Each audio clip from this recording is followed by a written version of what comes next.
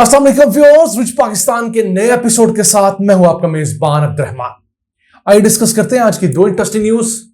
पाक Iran gas pipeline को दोबारा से शुरू करने के लिए मुज़ाकरात का आगाज हुआ है। इस सिलसिले में गुज़िश्ता दिनों पाकिस्तान के निगरान वजीर तवानाई ईरान गए और ईरान ने उन्हें बताया कि वो अमरीकी पाबंदियों से बचते हुए अज़रबैजान और तुर्कमानिस्तान से गैस ले भी रहा है और दे भी रहा है।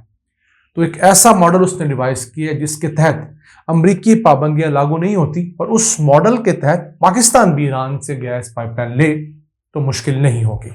बड़ी डेवलपमेंट है, इससे आपसे डिस्कस करेंगे। जबकि आज की दूसरी अहम खबर, पंजाब के सरकारी महकमों में आम फाइलों की बजाय ऑनलाइन ई फाइलिंग के सिस्टम का आगाज हो गया है। कंप्यूटर टू कंप्यूटर एक ऑफिस से दूसरे ऑफिस फाइल जाया करेगी, जिससे ना फाइल चोरी होने का खदशा होगा और भेजने में जो टाइम लगता है, रिसीव करने में जो टाइम लगता है, वो भी बहुत बचेगा। इसके अलावा अरबों रुपए की फोटोकॉपीज की फाइल का बचत भी होगी। इसे प्रोग्राम के दूसरे से हम डिस्कस करेंगे, लेकिन पहले चलते हैं इस नई डेवलपमेंट की तरफ। ईरान ने पाकिस्तान को ऑफर दी है कि वो दोबारा से पाक ईरान गैस पाइपलाइन को बहाल करे, इस मंसूबे के लिए निगोसिएशंस का आगाज करे, क्योंकि ईरान ने इस साल तुर्कमानिस्तान से गैस लेना शुरू की है दोबारा से और अज़रबैजान को गैस देना शुरू की है। तो तुर्कमानिस्तान से तकरीबन कुछ 10 अरब क्यूबिक मीटर गैस ली जा रही है और इसके अपने अपर के जो इलाके हैं वहां पर यह गैस कंज्यूम हो जाती है। दूसरी तरफ जहां पर ईरान के पास वाफर गैस के ज़खायर मौजूद हैं, वहां से अज़रबैजान करीब है, तो इतनी ही गैस अज़रबैजान को ईरान दे देता है। इसे गैस स्वैप एग्रीमेंट कहते हैं कि एक तरफ ईरान गैस ले रहा है तुर्कमानिस्तान से, क्योंकि वो एरियाज जो कि तुर्कमानिस्तान के साथ लगते हैं वहां पर गैस के रिजर्व्स नहीं है ईरान के पास, वो ठंडे इलाके हैं निस्बतन, जो कि शुमाल है ईरान का। वहां पर गैस 1997 से ईरान इंपोर्ट कर रहा है, वहां पर कोई पाइपलाइन भी ईरान में नहीं है। तो दूसरी तरफ जो इलाके लगते हैं अज़रबैजान के साथ, जो कि जुनूब है, वहां पर वाफर गैस के ज़खायर मौजूद है। तो जितनी गैस तुर्कमानिस्तान से आती है उतनी अज़रबैजान को दूसरे एंगल से दे दी जाती है अपने ज़खायर से। तो ये एक स्वैप एग्रीमेंट है जिस पर ईरान के ऊपर कोई पाबंदी नहीं अमेरिका की, और ना ही अमेरिका तुर्कमानिस्तान या अज़रबैजान को तंग कर रहा है। तो पाकिस्तान को सजेस्ट किया गया है कि अगर आप भी हमारे साथ इसी तरह को ऐसी स्वैप डील कर लें कि हम आपको गैस दें और उस गैस के बदले आप हमें कोई चीज़ दें, वो चावल हो सकते हैं, वो दीगर कोई चीज़ जो पाकिस्तान में वाफर पैदा होती है, वो दें, तो इस तमाम के तमाम ट्रांजैक्शन पे किसी किस्म की अमेरिकी यूएन की पाबंदियां लागू नहीं होंगी और दोनों मुल्क आपस में गैस ले सकेंगे। अब पाकिस्तान ने कहा है कि वो इस मॉडल के ऊपर वर्किंग करेगा और देखेगा, क्योंकि ईरान से पाकिस्तान को 750 MMCFT गैस मिलनी है रोजाना, जो कि हमारी इस वक्त गैस की शॉर्टफॉल का 25% बनता है। हमें मुल्क के अंदर तकरीबन 3 अरब क्यूबिक फीट गैस रोजाना इजाफी चाहिए, यानी कि जो शॉर्टफॉल है हमारा वो 3 अरब से 3.25 अरब क्यूबिक फीट रोजाना है। उसमें से अगर हमें 750 मिलियन क्यूबिक फीट रोजाना मिल भी जाता है, तो बाकी जो गैस है तकरीबन 2.5 अरब क्यूबिक फीट वो हमें फिर भी इंटरनेशनल मार्केट से बाई करनी पड़ेगी या हमें लोड शेडिंग करके अपना गुजारा करना पड़ेगा। ईरान के साथ हमारे मरासम बहुत अच्छे हैं, लेकिन ईरान अपने कारोबारी मामलात में बहुत खरा है। वो हमारी तरह नहीं कि जिससे दोस्ती करे उसके सामने बिछ जाए, जैसे हम बिछ जाते हैं। वो अगर हमसे डील करेगा तो अपने पैसे भी डंडे के तौर पे पूरे लेगा। तो पैसे देने किस तरह है, ये पाकिस्तान के लिए मसला है। अगर कल को ईरान चावल लेने से इनकार करता है या कोई और चीज नहीं लेता तो हमारे यहाँ मसला होगा।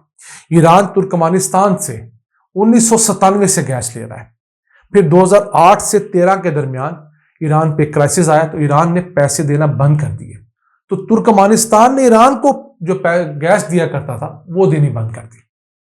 तो 4-5 साल तनाजा रहा, इंटरनेशनल कोर्ट ऑफ आर्बिट्रेशन में तनाजा गया और पैसे कितने थे, 1.8 अरब डॉलर।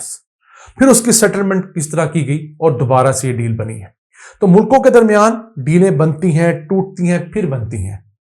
हमेशा की दुश्मनियां और हमेशा की दोस्तियां कम ही हुआ करती है, मफादात का साझापन होता है।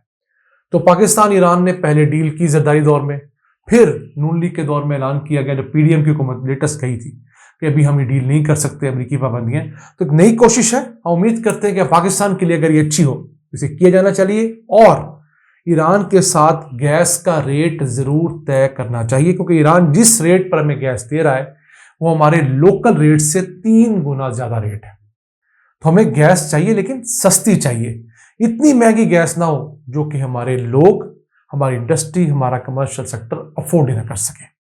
آئیے چلتے ہیں آج کی دوسری اہم خبر کی طرف. وفاق کے بعد آہستہ آہستہ پنجاب کے سرکاری محکموں میں بھی ای فائلنگ کا انتظام ہو گیا ہے.